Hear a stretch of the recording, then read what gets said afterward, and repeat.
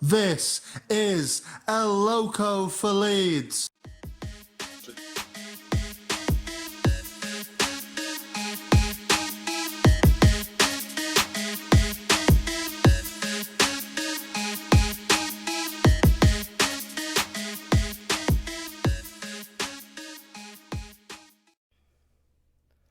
Hello everyone, my name is Cameron. I run the Everton fan channel of the Mighty Blues. George has kindly asked me to come on and give a little bit of an oppositional preview ahead of the Premier League fixture this weekend between Everton and Leeds. We are an Everton fan channel, so I'm going to be giving some thoughts from Everton's point of view to what's been a decent start to the season for us, obviously bouncing back from the 3 straight defeats before the international break with a big win last week against Fulham. Wasn't a great performance, wasn't a vintage performance, but you know, the result at the end of the day is all that matters. George has asked me to talk about the game and give my predictions and talk about Everton, so let's get straight into it. Thoughts on Everton's start to the season. Like I said, I think it's been a decent start. Obviously, we had a very good start.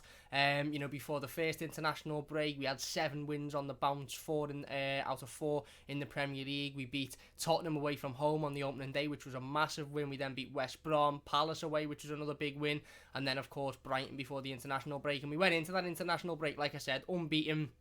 7 wins out of 7, including Carabao Cup fixtures, just absolutely on cloud 9. And we come out of it and we sort of were affected by that in terms of players going away and, you know, certain players going to play in South America, such as Richarlison and James Rodriguez, fitness issues. I know Alan picked up an injury in that game against Brighton, so when he come back for the Merseyside derby, he wasn't quite fit. And of course, the first game back from that international break was the Merseyside derby against Liverpool, and it ended up being a fairly decent result for Everton, coming back from 2-0 down to coming back from being a goal down twice to get the draw. It ended up being quite a decent result at the end of the day, but of course we lost Richarlison in that game, and then that was really, you know, sort of detrimental for Everton for the next 3 games. Then was that loss of Richarlison. He's such an important player. He's so instrumental to everything that we do. He's so important to everything that we do, and not having him there clearly showed and took its toll on the rest of the team and the way the rest of the team performed. We then had injuries to James Rodriguez. We also had the suspension for Luca Dean as well. So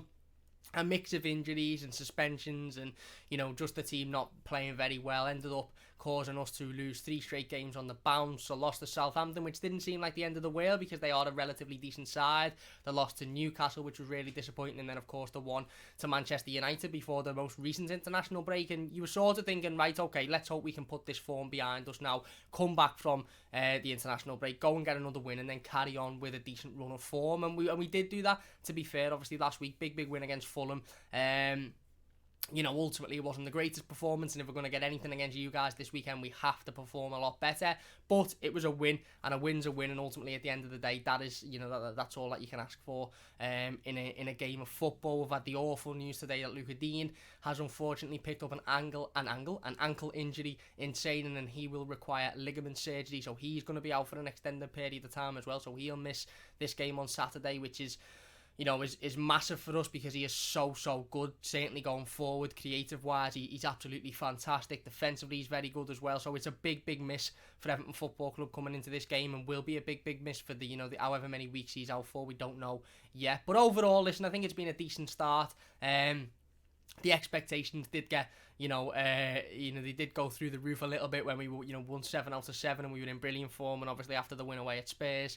But then it sort of crashed back down to earth with the last few results, and we sort of know where we are, and that is in a rebuilding stage. And hopefully with the manager and Carlo Ancelotti being one of the greatest managers to ever work in the game, and some of the players that we've got, some of the talent, Dominic Calvert-Lewin, Richarlison, Luca Dean when he returns back from injury, James Rodriguez, we're going in the right direction, and I think that's all you can ask for as a fan. In terms of Leeds, look, you have really impressed me so far this season. Certainly at the start of the season, I thought you were unlucky in the opening game against Liverpool at Anfield, obviously then winning with a last minute penalty. One thing that I've noticed from Leeds is going forward, you're very good. You will constantly create and you will constantly score goals, and that for me is what will solidify your position in the Premier League quite comfortably this year. You've got a manager in Bielsa who's absolutely fantastic tactician, known across the world as one of the most decorated managers of sort of the last decade or so, if not more.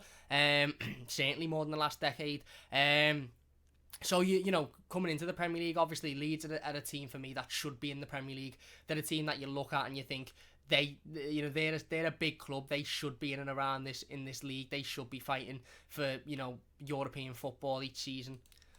And like I said, I think you had a really, really positive start. You showed that you can get forward. You showed that you can score goals. You've got players like Patrick Bamford, who obviously is really seen to find his feet in the Premier League so far this season. Jack Harrison, who I've been really impressed with. Kelvin Phillips, who of course was called up for England as well. Recently, the form's dropped a little bit, as has Everton's, to be fair. Obviously, there's been a couple of occasions where I think you've gone for the win and you've gone for the cutthroat, sort of approach, which works in a lot of occasions. But, when it doesn't work and you get countered against, I think defensively, there's improvements to be made there, and defensively there's things that need tweaking because you have been susceptible to the odd 3 or 4 goal loss because of how open that style of play is. And that's very, very similar to Everton, to be fair. Going forward, very, very good, very creative, very astute, but defensively needs to be tightened up. So I think you've had a very, very good start considering you look at the form of the other promoted sides this season.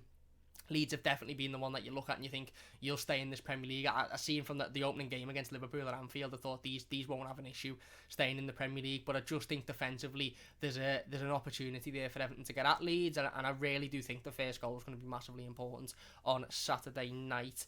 In terms of danger men then for you to look out for, listen, Luca Dean definitely have been one of those players at the top of the list. So very, very unfortunate that he won't be able to play in this game. The obvious is, Richarlison. I know George has asked me who is your potential match winner. Well, for me, it's Richarlison or Dominic Calvert-Lewin. But there's other players that you have to look out for that might not necessarily be in the limelight as much as Dominic Calvert-Lewin and Richarlison. James Rodriguez, for me, is one of them. Now, you might be sitting there thinking, what are you talking about, James Rodriguez? Everybody's talking about him. He's in the newspapers. He's this, he's that. But James Rodriguez does a lot of things that don't get highlighted. He passed it out to Luca Dean for, I think it was our second goal last week against Fulham, and it was never really discussed, it was never really highlighted, but it was an outside of the football from the centre of the pitch, and it was absolutely world class to get to Luca Dean. So James Rodriguez is definitely a player to look out for, but the obvious ones are, Richarlison, Dominic Calvert-Lewin, who obviously is in absolutely fine form, best striker currently in the league for me. Maybe you could argue Harry Kane, but I'm going to go with Dom. I think ultimately Dominic Calvert-Lewin is probably the obvious, and James Rodriguez is maybe the one that you probably mightn't think about too much, but I'm going to go with Richarlison. For me, Richarlison is the key to Dominic Calvert-Lewin. He's the key to James Rodriguez playing as well as he does. He just links everything together. Add that to his defensive work rate and his ability on the ball. For me, he's one of the best young players in world football. I know that might be biased because I'm an Everton fan, but I honestly do believe that. So I'm going to go with Richarlison because I think he's very, very important to Everton Football Club. We saw that within the first 40 seconds of the game last week against Fulham. In terms of a threat from Leeds and who Leeds could sort of have out there to threaten Everton. Listen, there's a lot of players that Leeds have got that I think, I look at and I think you could hate. Or certainly, going forward, I think this is very much a game of two very good attacking sides and two sides that need to be better defensively. Going forward, Jack Harrison, have been really, really impressed with him. Obviously, you've got Kelvin Phillips, Patrick Bamford come into the Premier League and has done wonders so far. I'm going to go with Jack Harrison. I'm not too sure if he's fit or not because I haven't kept up to date with it, but I was really, really impressed with him against Liverpool on the opening day. That goal, I think, where he takes the ball from the left-hand side, from the ball from Kelvin Phillips, and he gets it down and he scores it. It's absolutely quality, and I think he's the type of player that you really, really need to be looking out for because he's got that attacking threat that can really, really hurt anybody's side. In terms of starting 11s for Everton, then look, it's a difficult one, obviously, with the news about Luca Dean today.